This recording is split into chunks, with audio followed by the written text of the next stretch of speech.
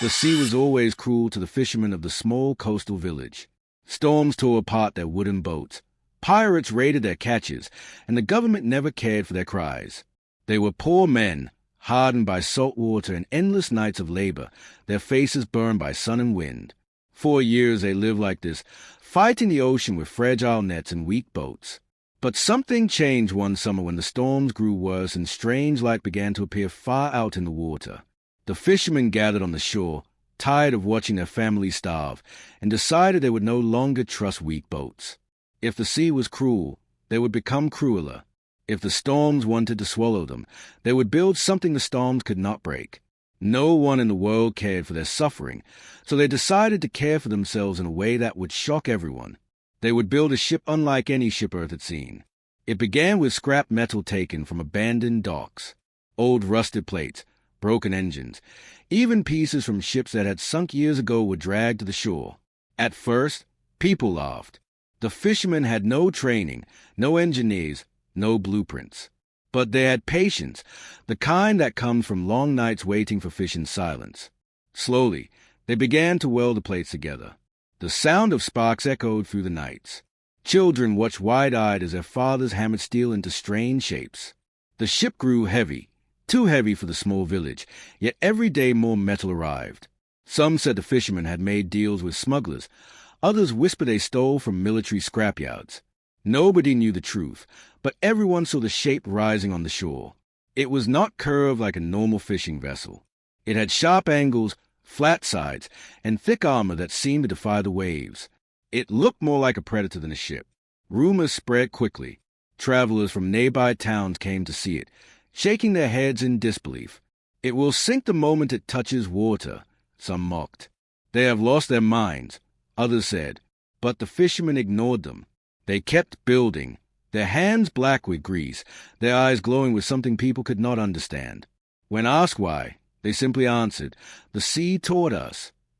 No one knew what that meant, yet those words carried a strange weight. At night, the shipyard became alive with fire as torches lit the half-built beast. Strange machinery appeared, engines too large for any fishing vessel, cannons hidden under tops, and wires running across the deck like veins. It was not just a boat anymore. It was something waiting to wake up. The children noticed the first odd thing. They said the ship hummed when the moon was high. They pressed their ears against the steel and swore they heard a low song, deep and steady, like a heartbeat. The elders dismissed it as imagination, but even the adults felt uneasy when standing near the growing structure. The air around it seemed heavy, charged with something that had no name. The fishermen never spoke about it, but in their eyes there was a shared secret. They were building for more than storms, more than pirates. Something else waited beyond the horizon, and they were preparing for it. One night, while most of the village slept, a storm rolled over the ocean with black clouds and violent thunder. Waves slammed against the shore, but the fishermen did not run. They stood near their creation, watching how the lightning flashed across its sharp metal skin. In that moment the ship looked alive, like a beast rising from the sea, daring the storm to try. The villagers who saw it from their windows whispered prayers, uncertain if what they were watching was human work or something greater. By morning the storm passed, but the ship remained, untouched, standing strong while wooden boats nearby were broken to pieces. That was when the laughter from outsiders stopped. People no longer called it madness. They began to call it dangerous. But danger attracted attention. Soon, government men arrived in black cars, demanding answers. They wanted to know why fishermen were building a warship. The villagers said nothing. They only shrugged and pointed at the sea, repeating the same words. "The sea taught us." The officials inspected the ship, but found no records, no designs, nothing to explain how ordinary men could create such a monster. They left with worried faces, promising to return, but the fishermen continued their work without fear. They moved faster, stronger, as if some unseen hand was guiding them. At night, strange lights flickered far across the water. Green, red, and blue glows that danced under the waves, too perfect to be from boats. The fishermen were always the first to notice them, and always the ones who returned to work with more urgency. Some villagers began to suspect that the men had seen something out there, something they refused to speak of. Why else would they build such a ship? Why else would their eyes burn with determination stronger than hunger itself? The ship neared completion, towering over the beach like a fortress of steel. Its hull was thick and dark, its engines deep and powerful. It was not polished or clean, but raw and brutal, like a weapon forged by necessity. The children no longer dared to climb it, saying the ship watched them. Even the waves seemed to strike the shore with caution, as if the ocean itself respected the creature that had been born on its edge. Then, one evening, as the sun sank into the horizon, a fisherman climbed onto the deck, his hands covered in oil and salt. He looked out across the endless sea and whispered something no one else heard. The others joined him, standing in silence, facing the dark waters. Their faces were calm, almost fearless. They were no longer just men of nets and storms. They had become builders of something greater. And as the last sparks of fire lit the night, the villagers realized the truth that no one wanted to say aloud. This was not a fishing vessel. This was a warship, and whatever it was built for, it was not meant for fish. The day finally came when the fishermen decided to test their strange creation. The village gathered at the shore as a giant ship stood waiting on its rails, heavy chains wrapped around its hull like the bindings of some restless beast. The sun rose pale and cold, but the air was filled with a heat that came not from fire but from anticipation. Children sat on the rocks, eyes wide, while old women clutched their scarves in silence. Men from nearby towns had come as well, curious to see whether the fishermen's madness would sink or sail. The officials who had once visited returned too, standing at a distance with notebooks and cameras, ready to record the failure they believed was certain. The fishermen said nothing. They only tightened ropes, checked engines, and prepared themselves for the moment that would either prove them fools or something far more dangerous. With a single command, the chains were released. The monstrous vessel slid down the rails with a roar of metal and water. The sea rose to meet it, waves exploding around its massive frame. For a heartbeat the world held its breath, waiting for the ship to sink under its own weight. But it did not sink. It cut through the water like a blade, its sharp hull forcing the sea to bow before it. Gasps rang out across the shore as the warship steadied itself, floating with unnatural balance. The fishermen on deck raised their fists, but they did not celebrate loudly. Their faces were grim, their eyes watching the horizon, as if waiting for something no one else could see. The engines came alive with a deep thunder that shook the sand beneath the villagers' feet. It was not the rumble of any fishing boat, nor the whine of a cargo ship. This sound was darker, like the growl of a predator too long kept in chains. The ship surged forward, faster than anyone believed possible, its massive bulk gliding over the waves with frightening grace. A spray of seawater rose behind it, and the children screamed in awe as the vessel carved a path across the ocean like a creature hunting for prey. The officials scribbled notes with shaking hands, their faces pale. This was no accident of luck. This ship was alive in its own way. The fishermen revealed its true nature during the test. Panels on the deck shifted, opening like jaws. Hidden inside were cannons, black and silent, but powerful enough to make even the government men step back in fear.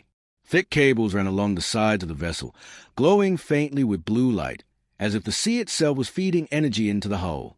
Someone in the crowd shouted that this was impossible, that fishermen could not build such weapons. But no one dared argue further. The proof floated before them, unstoppable and merciless. As the villagers watched, dark clouds began to gather overhead. The sky rumbled with thunder, and the wind carried the taste of rain. Another storm was coming, sudden and fierce, the kind that had sunk their wooden boats for generations. People shouted to call the ship back, fearing it would be destroyed. But the fishermen only tightened their grips on the railings and drove the vessel forward into the storm. Waves rose like mountains, crashing against its steel body, but the ship did not falter. Instead, strange bursts of energy flashed along its sides, striking the waves and breaking them apart. Where any normal boat would have been swallowed whole, this warship fought the sea itself, tearing through the storm with raw defiance. The crowd on the shore fell silent. They were watching something no human eyes had seen before, a ship that refused to bow, a vessel that seemed to challenge the ocean itself. Lightning struck close, flashing across the dark metal skin of the hull, but the ship only roared louder, its engines screaming against the storm.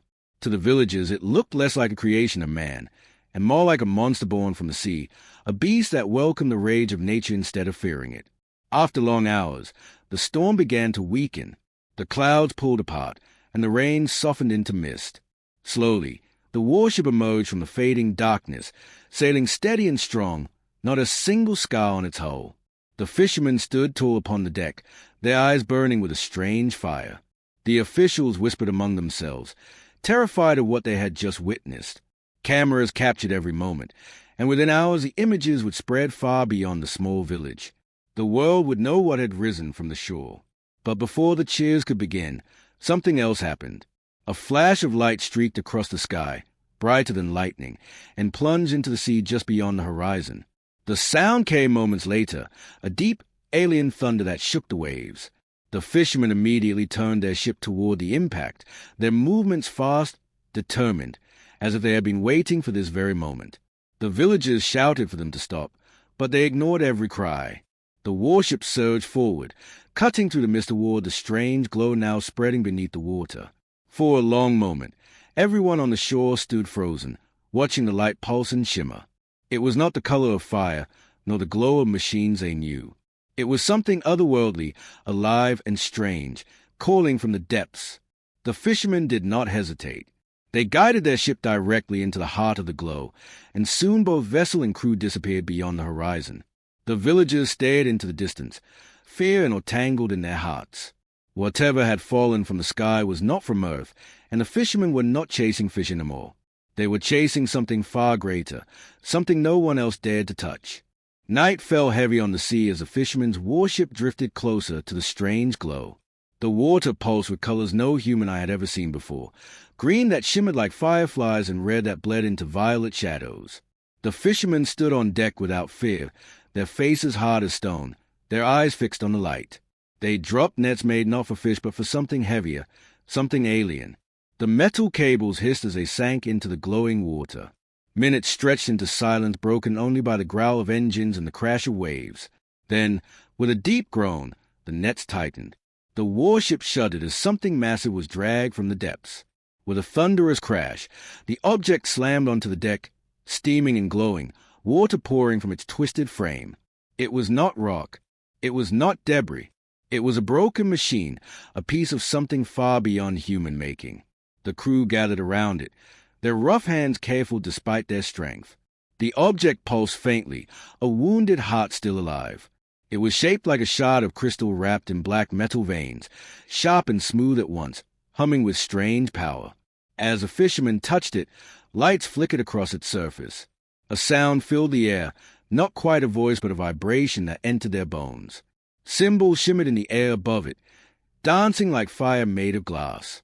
The villagers watching from the shore gasped, some falling to their knees. They could not understand the symbols, but the fishermen did not look confused. They leaned closer, listening, as if the sea itself whispered secrets only to them. The officials on shore shouted through megaphones, demanding the fishermen bring the object back for study. But the crew ignored them. They carried the shard into the heart of the ship, lowering it into a chamber hidden beneath the deck. As they placed it inside a socket of steel and wires they had built long before, the entire warship trembled. The shard sank into place as though it had been waiting for this vessel. Blue fire surged through the cables, racing along the hull. The warship groaned like a beast stretching its muscles, then went silent, calm, alive. The fishermen stood together in the dim glow, their expressions unreadable. They did not speak a single word, but each of them knew what the others were thinking. The ship was no longer only theirs. It was something more. That night, the villagers could not sleep. From the shore they saw the warship glowing faintly against the horizon, its lights pulsing with a rhythm that matched the shard. Some swore they heard voices carried by the wind, whispers in a tongue not human, repeating the same warning over and over. The few words that could be understood chilled their hearts.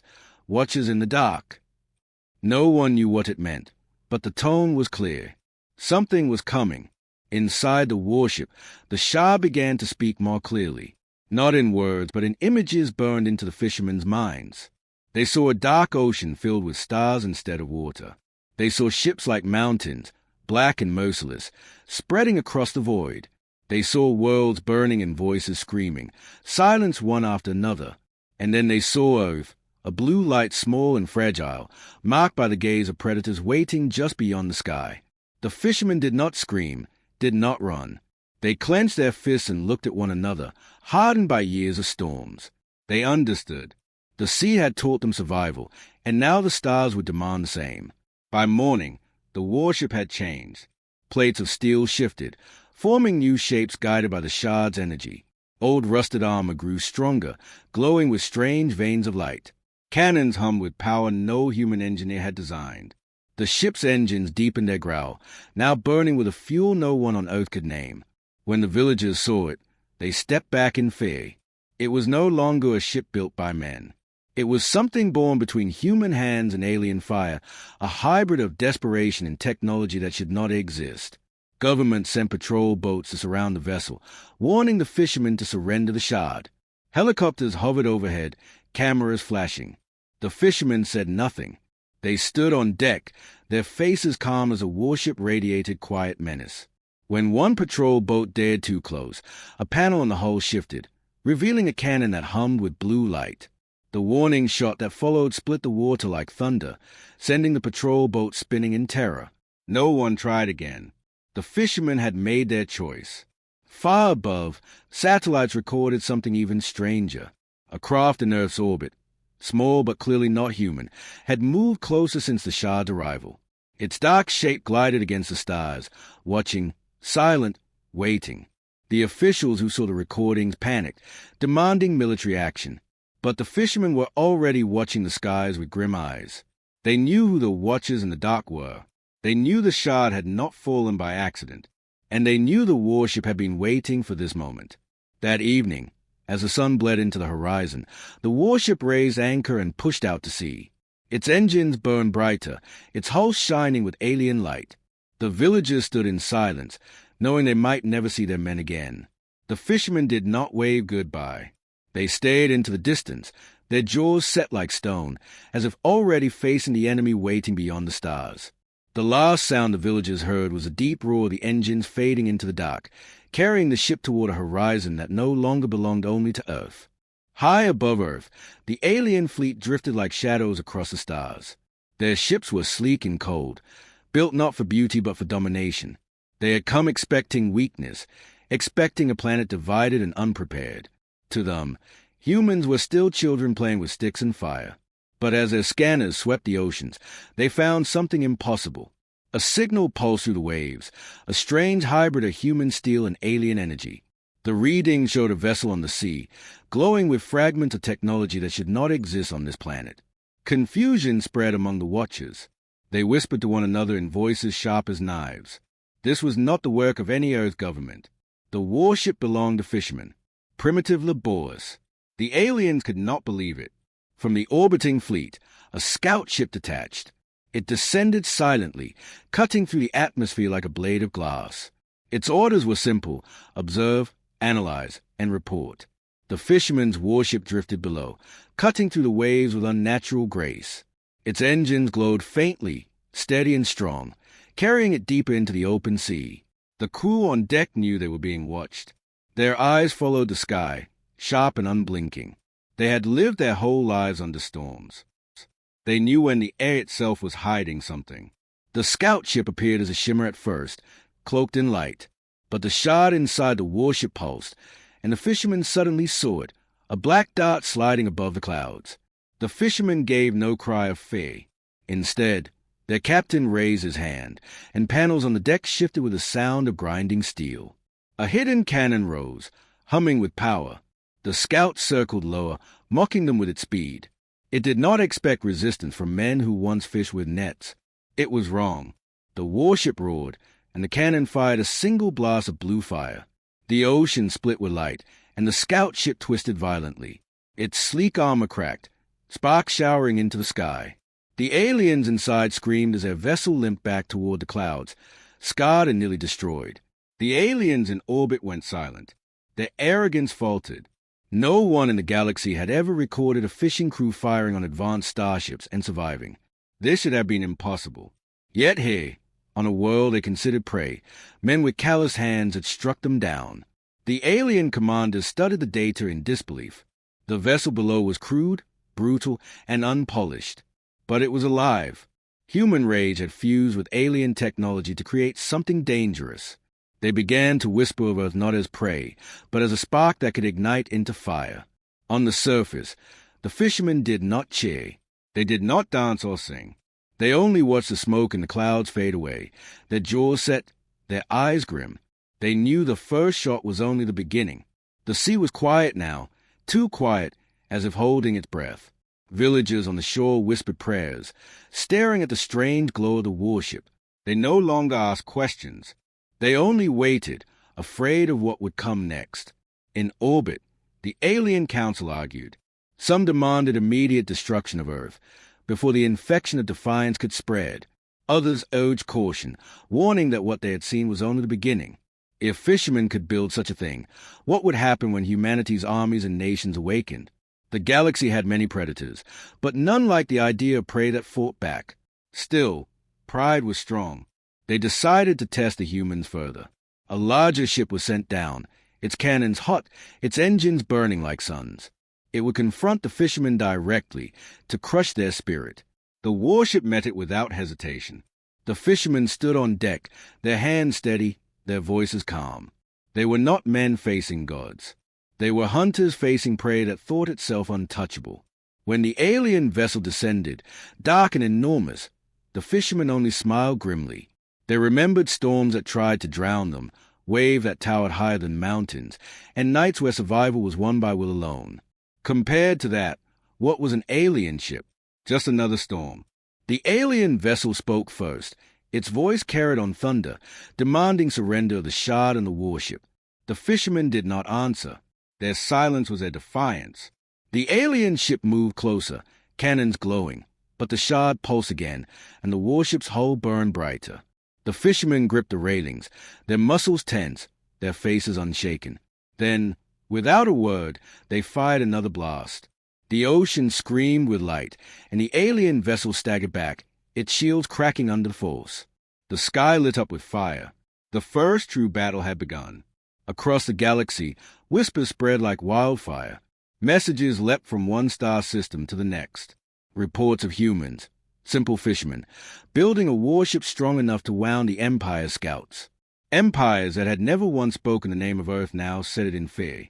They wondered what kind of people could rise from a planet of storms and hunger and still dare to spit in the face of the stars. They began to watch more closely, not with amusement, but with unease. On the deck of the warship, the fishermen stood together, grim and silent. Their enemies were stronger, their weapons beyond imagination, but they did not tremble.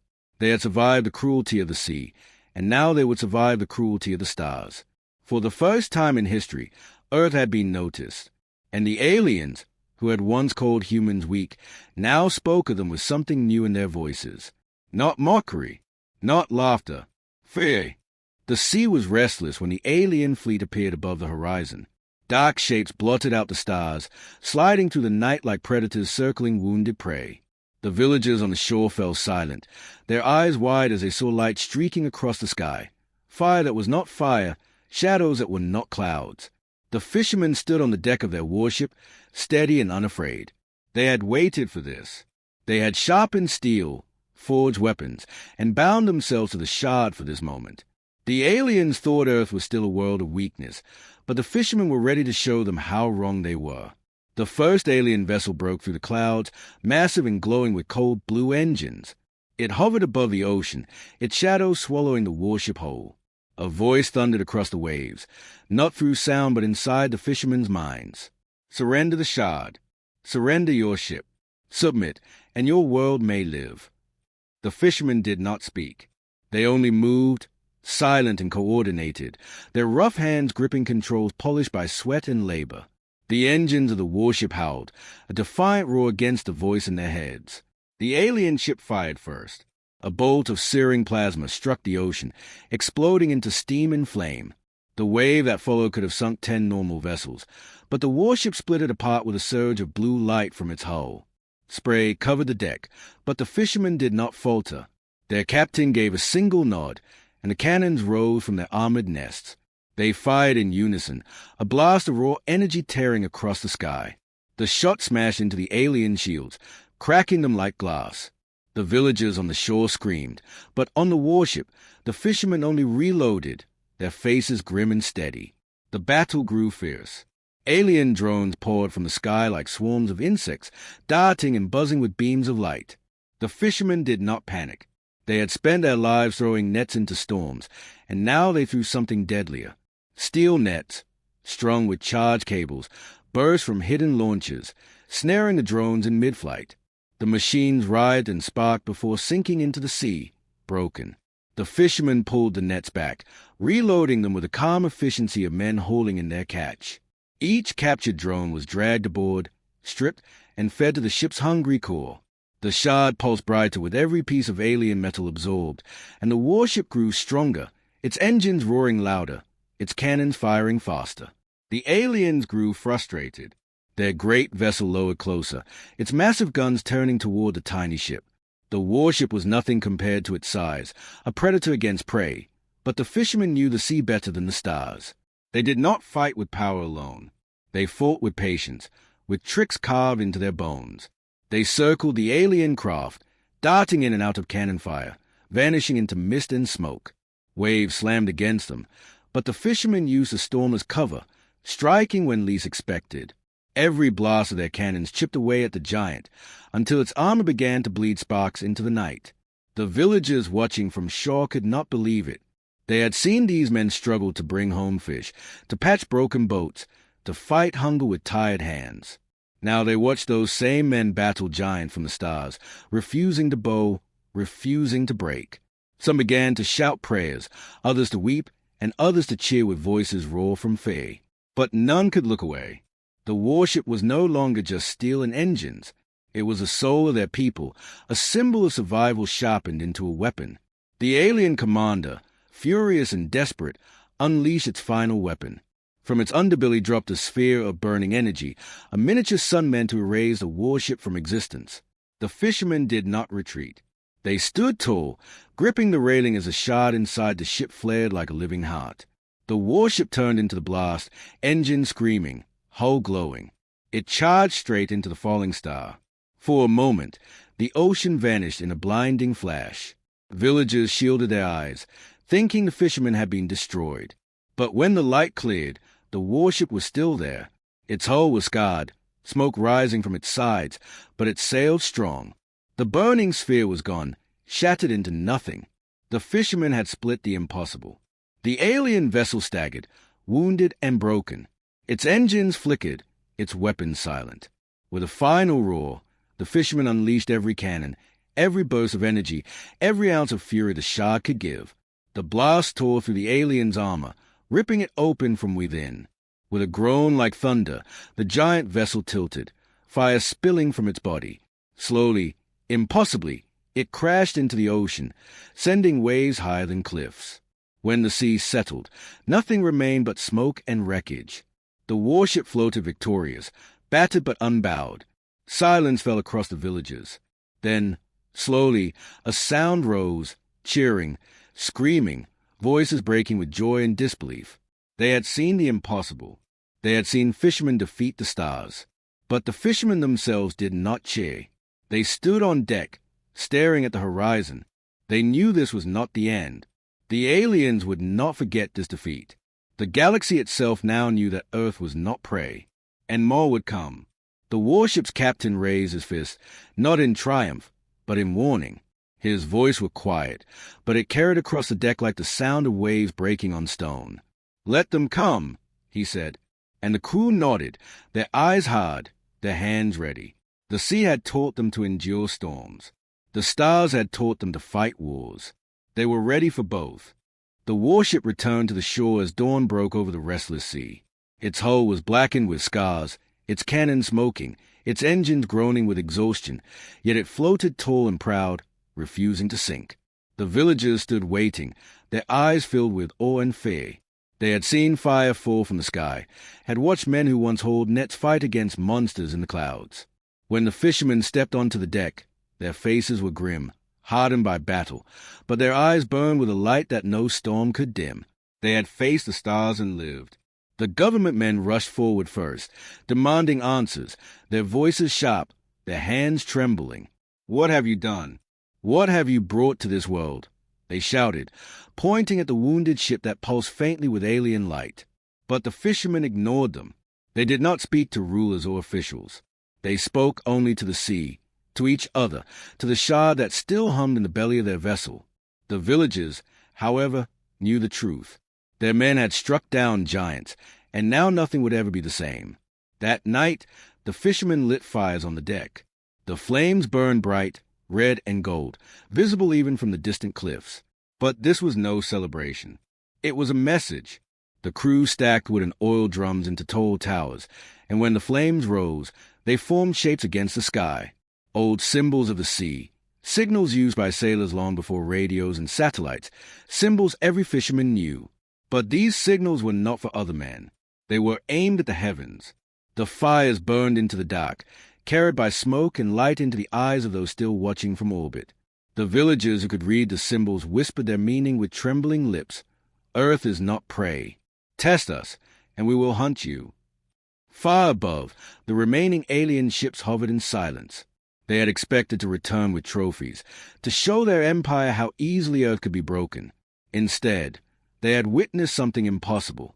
A handful of men, untrained and poor, had defied their weapons, shattered their pride, and destroyed one of their warships. They did not attack again. They drifted at the edge of space, watching, calculating, and for the first time, doubting. Across the galaxy, the message spread. Empires who had never spoken Earth's name whispered it now with unease. If fishermen could do this, what would happen when all of humanity rose together? The villagers celebrated, but the fishermen did not. They knew victory was only a spark, and sparks always brought fire. They sharpened their tools, mended their ship, and worked silently through the night. Every scar on the warship was patched with stronger steel, every cannon reloaded, every engine tuned with care. The shard glowed brighter now, as if feeding on their resolve. It pulsed like a heartbeat, steady and strong, joining the rhythm of the waves. The fishermen had once been servants of the sea. Now they were guardians of the planet. In the distance, patrol ships from powerful nations closed in, demanding control of the warship. Helicopters thundered overhead, cameras flashing, reporters shouting. But when they came too close, the warship growled. Its cannons shifted, glowing with quiet menace. The message was clear. The ship did not belong to governments or kings. It belonged to the men who had built it, the men who had faced storms and hunger with nothing but their hands. It belonged to Earth. The captain stood at the bow, the wind tearing at his coat, his gaze fixed on the horizon. His voice was calm, but every word struck like iron. The sea gave us storms, and we endured. The stars gave us war, and we fought. Now they will learn. We are not afraid. His men stood behind him, silent and steady, their faces carved with the same unshakable resolve. They had no crowns, no titles, no medals, but they carried something greater, the unbreakable will of survivors. The villagers watched them and understood. The warship was not just a weapon. It was a warning. It was proof that humans, even the poorest, could rise against anything that tried to break them. The children who had once climbed broken boats now dreamed of ships that could reach the stars. The old men who had feared the sea now whispered that maybe Earth was chosen for something greater. And far away, in corners of the galaxy where Earth's name had never mattered, alien rulers sat in silence. They looked at the reports of the battle, the data of impossible cannons and nets that swallowed drones, the vision of a warship lit by fire, sending a message across the void. They felt a chill run through their empires. Prey had bitten back. And worse, prey had tasted victory. The warship rested at the edge of the village, scars glowing under the moon, silent but alive. The shard pulsed once, twice, like the beating of a heart. The fishermen slept on deck, their bodies exhausted, but their hands still clutching weapons, their dreams filled with storms and fire. Above them, the stars burned cold, but tonight they did not feel so distant. Tonight, they felt like a challenge. And the fishermen of Earth, men who once cast nets into black water, were ready to answer,